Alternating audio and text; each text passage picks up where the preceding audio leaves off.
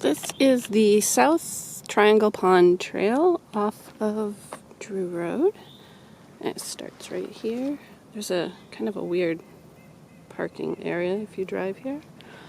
So there's a little short piece right here, which we're going to do first. And then there's a longer piece. So let's check it out.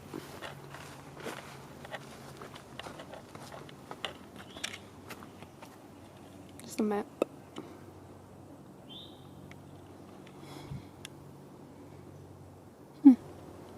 There's a wasp's nest inside the map box. Actually, there's two.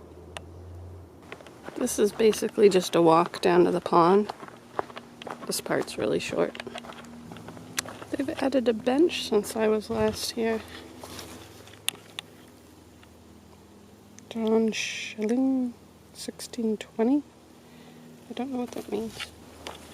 To test the bench out. Whoa! They should have sunk the legs into the ground or something. That's a very tippy bench. Oh, they are sunk into the ground. Need to be sunk more. We'll just go down and look at the water and then go do that other part. Very nice. Crossing across Drew Road and doing the other side now.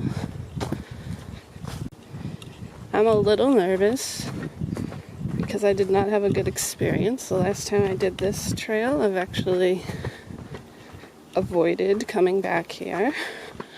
The last time I came, I came across a snake that I thought was a rattlesnake. I think it turns out it's called a hognose snake, which kind of mimics a rattlesnake. It sucks in air to make the rattle sound, but this snake, oh my gosh, this snake, it kind of did like a cobra thing, and its tail was shaking. So I mean, it's very unlikely it was a rattlesnake, but it wouldn't be unheard of.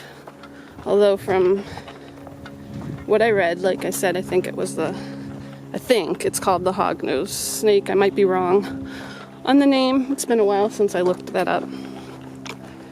But I'm just telling myself it's hognose snakes out here, not rattlesnakes, because hognose snakes are harmless. I don't remember this being so open a pathway either, because where I came upon the snake, the pathway was very narrow and overgrown. So maybe it does that farther along, or maybe they've just widened it. We'll see. So this is a little loop on the side here for Jenkins Hole, which is just the name is very interesting to me. I remember last time I was excited to take a look, so it's gonna loop around. And they were doing construction a few years ago when I came here. It looks like they haven't progressed that much, which is good, I guess. Well, there's no marker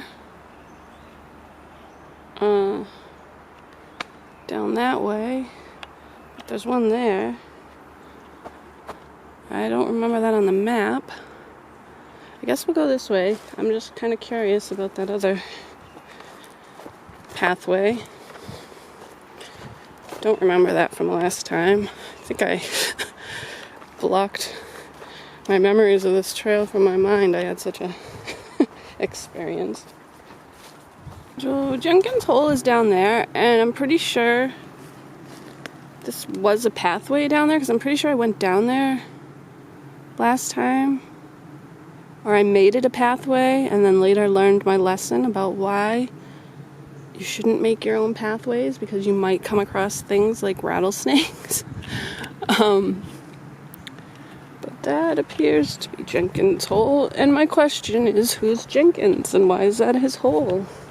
I'd really like to know that, honestly.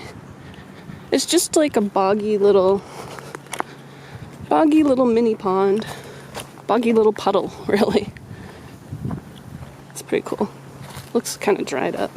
Oh my goodness, it smells like Christmas because they're cutting all the pine trees down. Oh, there you can see it through the trees now. Jenkins Hole. We must be close to the road because you can really hear the traffic. And then this is whatever they're building over here. Some kind of neighborhood development. And really, it did look pretty much exactly the same 4 years ago when I walked here. It's crazy. Look at that.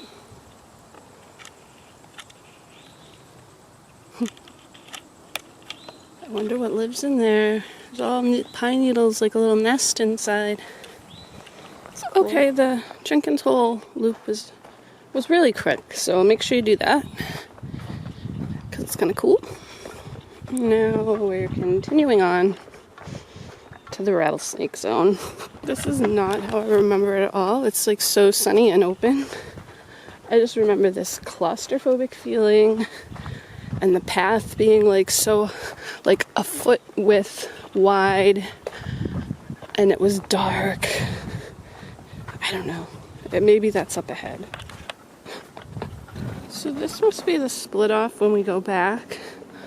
Instead of going back out to Drew Road the way we came, we'll go down this path.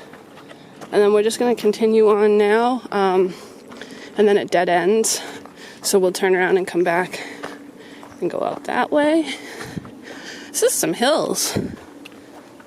Now this isn't marked at all. I'm not sure. This one looks more interesting. This one feels more right. Which do we choose? Let's go stand up at the top here and see if we can see. Maybe they hook back up.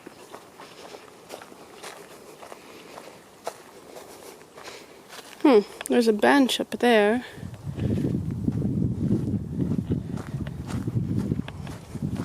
Could use some markers. Okay, we're gonna go to the one with the bench because that's obviously the trail.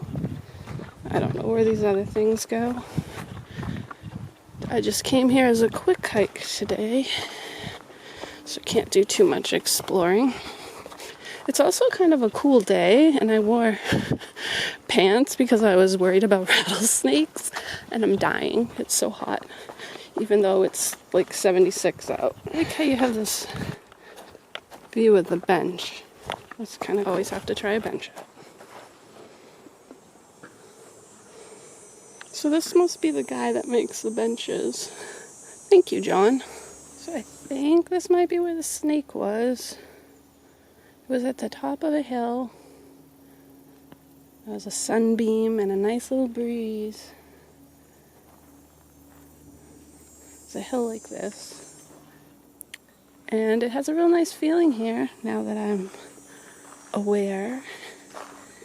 So I don't really feel that bad about this trail anymore, so it was good I came out today. Because really, I avoided this just because of that snake, and that's kind of silly. Across here, and I guess this is a private road, it said on the map. And you continue on here just for a little bit to South Pond, which we've seen on many hikes lately. Fern is growing out of this tipped over tree's roots. It's pretty cool. And now that I'm thinking about it, this might be the spot with the snake. I don't know. I don't remember anymore. I thought the other one was because you had to cross a road like that, but this one's right by.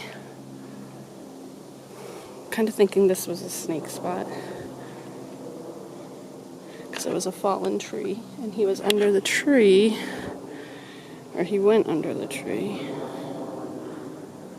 Huh. You know, I never thought of like there being poisonous snakes in Massachusetts, but it is possible for there to be rattlesnakes in this area, although highly, highly unlikely, but it's just, it makes you think. You know, you have to be aware, even if there isn't any real danger, it's still important to watch where you're stepping and be aware. You're out in the woods, you know. So we made it to the end. I went on the trail that I was scared to go on again, so that's good. Have to make it back. But it says overlook area, steep slope, no access beyond this point. We'll just go right up to the edge and take a look.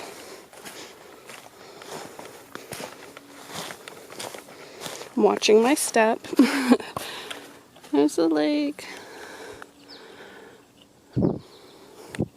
It's not really a good view.